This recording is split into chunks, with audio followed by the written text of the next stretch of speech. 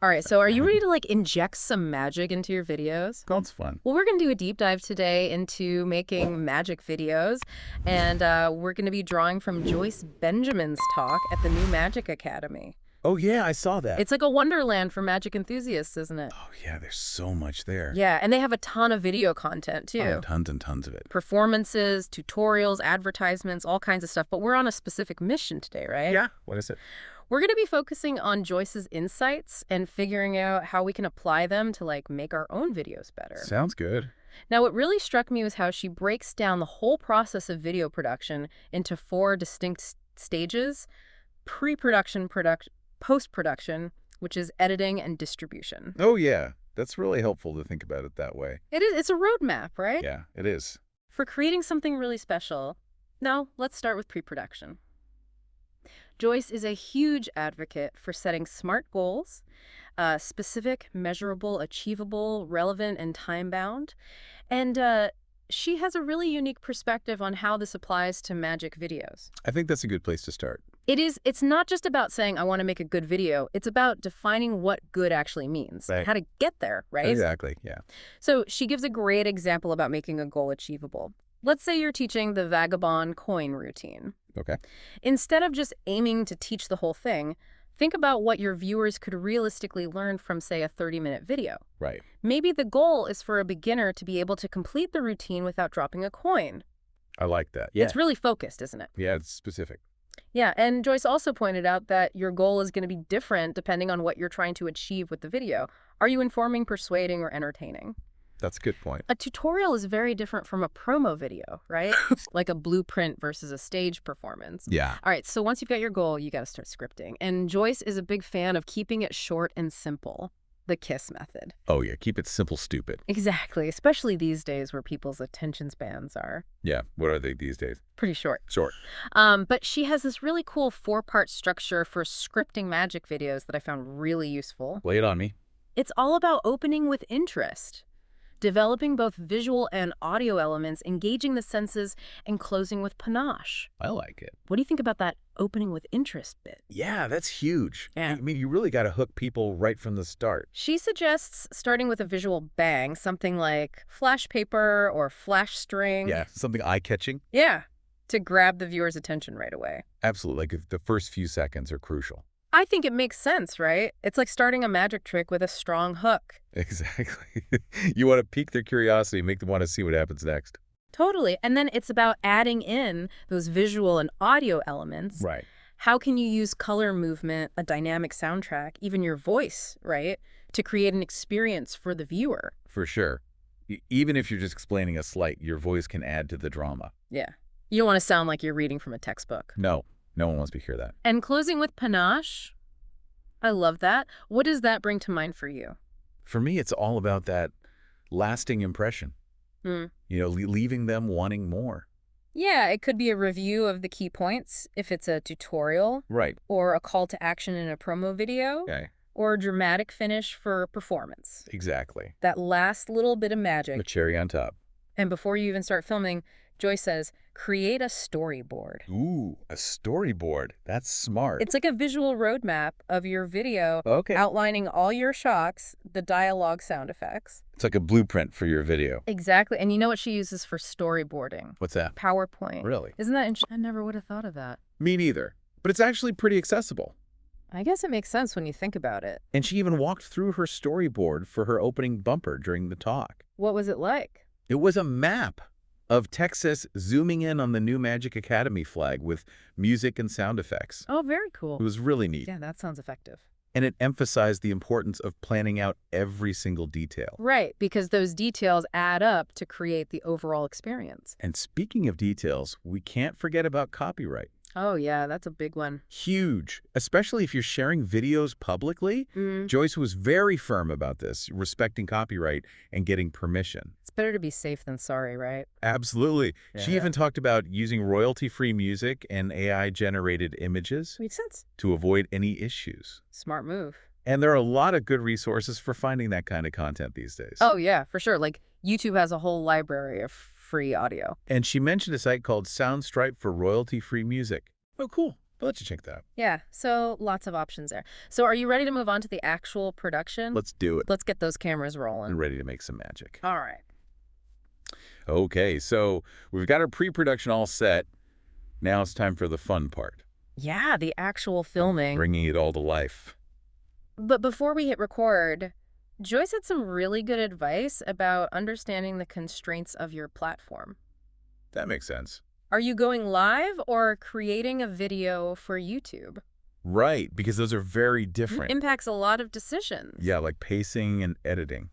Joyce had this great analogy. She said live streaming is like performing a magic trick in person, Okay. and editing is more like manipulating time and space. Ooh, I like that. It really captures the difference, doesn't it? Yeah. With live streaming, you got to be on point, ready to handle anything that comes up. Right, no room for error. But with editing, you have way more control. Yeah, you can really shape the experience. Add those extra layers of magic. Exactly. Mhm. And speaking of control, she had this funny story about how her lights died right before a live stream. Oh. Even with all the planning in the world, things happen. It's like Murphy's Law, right? Exactly. So Okay. I'll always have a backup plan. Especially with live events. You got to be adaptable. Absolutely. Now, for those who want to dive deeper into the tech side of live events, Yes. there's Don Pecula's presentation at the New Magic Academy on virtual events. That's a good one. It's really helpful. Yeah, and for anyone who wants to build their own little studio setup at home. There's my deep dive on building a TV studio. Oh, nice. A little shameless plug. Gotta do it. But But no. anyway, studio or no studio, the camera you use makes a big difference. It really does. And Joyce made a great point about this. It's easy to get caught up in the best camera debate, but she said the best camera is often the one you already have. So true. It's about understanding your camera and how to use it effectively. Right. Knowing its strengths and weaknesses. She had some really practical tips for using phones, too. Oh, yeah. Like what? Like how to mount them for stability Okay, good tip. and using a remote trigger to start recording. Right, so you don't have to touch the phone. Exactly. And if you want to connect your phone to a more pro setup, Right. she recommended an app called DroidCam. Interesting. Yeah, and webcams are another great option. Oh, yeah, especially for beginners. Super user-friendly. And they've come a long way, haven't they? Oh, yeah. The technology is impressive. Joyce was actually using a high-end webcam for her talk. Oh, which one? The Insta360 link. I've heard good things about that one. Yeah, she raved about the picture quality and responsiveness. Cool. And then there are dedicated cameras, of course. Yeah, those are great if you're serious about video production. Especially those with interchangeable lenses. Good glass. Exactly. It gives you more control over framing and depth of field. Right. But they can be a bigger investment. Yeah, for sure. It all comes down to your needs, your budget, and your level of commitment. Okay, so let's say you've got your camera figured out now. How do you actually use it to capture the magic? Yeah, that's the big question. Joyce mentioned that shooting video is similar to still photography, but with the added element of motion. Which adds a whole other layer of complexity. Right, especially with framing and lighting. Definitely. For framing, she talked about using different shot types. Like what? Long shots to capture the whole scene. Okay. Close-ups to focus on details. Right, so you're directing the viewer's eye. It's like misdirection in a live performance. I never thought about it like that. And she had this hilarious example of making a card disappear. Oh, how did she do that? She just tossed it out of the frame. Oh, clever. So simple, but it emphasizes how important framing is. Totally. And angles, too. Oh, yeah, she loves the over-the-shoulder angle. For tutorials, especially. Yeah, it gives the viewer that magician's perspective. Like you're right there with them. Exactly. Yeah. She mentioned Rick Holcomb, the coin magician, as someone who uses this really well. Oh, cool. I'll have to Oh. check out his videos. And then there's the overhead angle. Oh, yeah, that's great for card tricks. Perfect for tabletop magic. It gives you that unique bird's eye view, A perspective we don't usually see. which makes it even more magical. She even told a story about a show at Magifest where they projected an overhead view of the stage floor. What? The magician was performing as he moved around. That sounds incredible. I know, I would have loved to see that. Me too. And she also suggested playing with the high angle, shooting slightly down on your subject. Okay. It can create a nice sense of focus. Yeah, I can see that. No matter what angles or framing you choose, good lighting is crucial. Oh, absolutely. Joyce reminded us that photography literally means drawing with light. So true. And she really broke down that classic three-point lighting setup. Key light, fill light, and backlight. It sounds complicated, but it's really not. Yeah, once you understand the basics, it's pretty straightforward. So the key light is your main light source, right? Right. Positioned at a 45-degree angle to the subject. And a little higher up.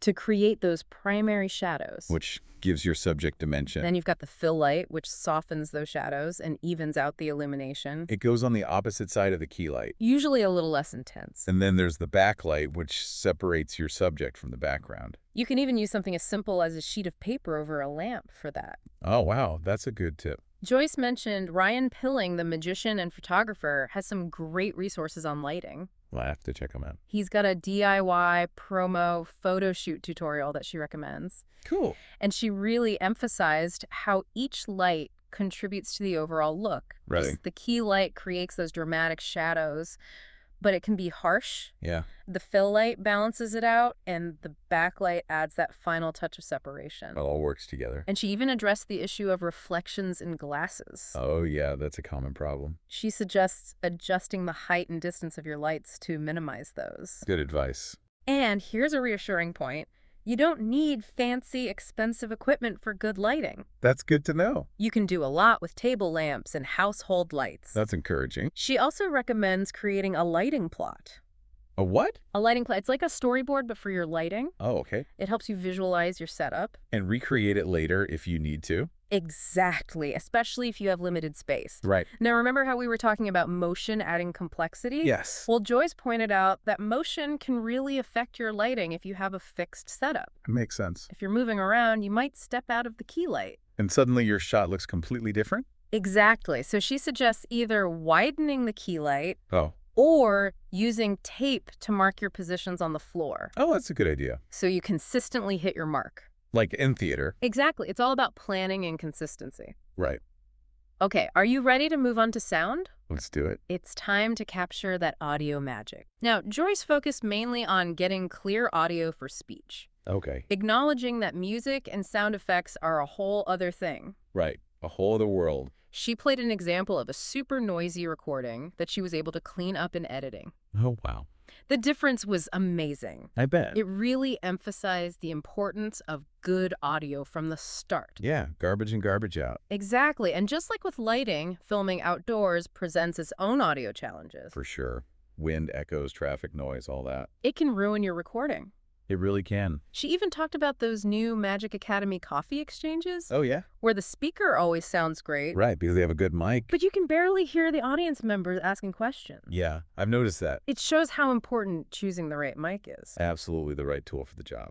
So let's talk mic types. Okay. Dynamic mics are great for field recording. Yeah, they're tough and reliable. And they don't need external power. That's a big plus. They're workhorses. For sure. Then you have condenser mics. Those are known for their excellent sound quality. They capture a wider range of frequencies, So they're great for music and nuanced speech. but they usually need external power. Right. Shotgun mics are your go-to for isolating sound from a specific direction. Oh, yeah, like for interviews. Exactly, or situations with a lot of background noise. Makes sense. She even suggested using one to capture audience questions during those coffee exchanges. That's a great idea. It would make a huge difference in clarity. I agree. And finally, the lavalier mic.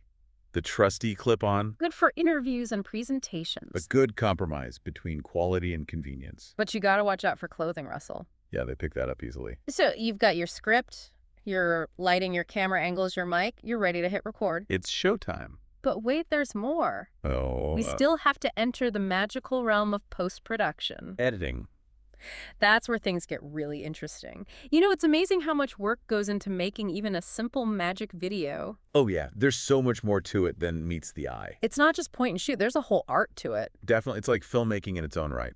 Joyce made this interesting point about editing enhancing the mystery of magic. Oh, yeah. How so? It's like having another set of magical tools. I like this. You can highlight those moments of astonishment, Okay. cut away at just the right time to build suspense, Oh, that's clever. even add some subtle visual effects to amplify the illusion. So it's like post-production misdirection. Exactly. Cool. But like any magic technique, it takes finesse. Right. Too much can ruin it. You don't want it to feel artificial or gimmicky, It's about finding that sweet spot. where the editing enhances the magic without overshadowing it. Right. It should complement the performance, not replace it. And Joyce also talked about the ethical side of editing. Oh, yeah. That's an interesting one. How much manipulation is acceptable in a magic video? It's a tough question. It's like those Oh. debates about camera tricks and live performances. Right. How much is too much? It's a fine line. Yeah, you don't want to deceive your viewers. Exactly, but you also want to create a compelling video. It's about finding that balance. Joyce is a big believer in transparency. Yeah, I can see that. She thinks editing should support the magic, not create a false sense of impossibility. So she wouldn't edit out a genuine mistake. Like a dropped card. Right, those are part of the live experience. But she might use editing to tighten the pacing or add music. To create a more immersive experience. Makes sense. All right, so once you've got your masterpiece all edited and polished, it's time to share it with the world. Distribution time. Get your video in front of the right audience. And those choices you made about framing and video length, they matter here. Right. Different platforms have different preferences. Exactly. A vertical video might be great for TikTok, but not for YouTube. And attention spans are short these days. Keep it concise, keep it engaging. To make every second count. Joyce had a good suggestion about checking the analytics. Oh yeah, see what's working and what's not. It's feedback from your audience. And don't forget about social media. It's a powerful tool for promotion. Teasers behind the scenes stuff build that buzz. Before we wrap up, I have to mention something else Joyce talked about. What's that? AI. Oh wow. Artificial intelligence. That's changing everything, isn't So it? she even showed an image she created using AI. Really? What was it? A fairy. Oh, cool. It was incredibly realistic and ethereal. It's amazing what AI can do these days. It's like having a team of digital artists at your disposal. But it does raise some interesting questions, doesn't it? About where human creativity ends and machine-generated content begins. Right. The line is getting blurry. That's a whole other deep dive for another day. Agreed. But for now, let's see what we've learned today. We've explored the entire process of making magic videos. From pre-production to distribution, With all the technical stuff in between. Joyce's insights have been so valuable. They really have. She's given us a framework for thinking about video creation in a whole new way. A way that emphasizes the wonder of magic. It's about creating that sense of awe and wonder for your viewers. Transporting them to a world where anything is possible. I like that. So here's a question for everyone listening. What kind of magical video will you create? What story will you tell? How will you use these techniques to make it truly enchanting? Think about it. Get creative. The magic is in your hands. Until next time, keep exploring.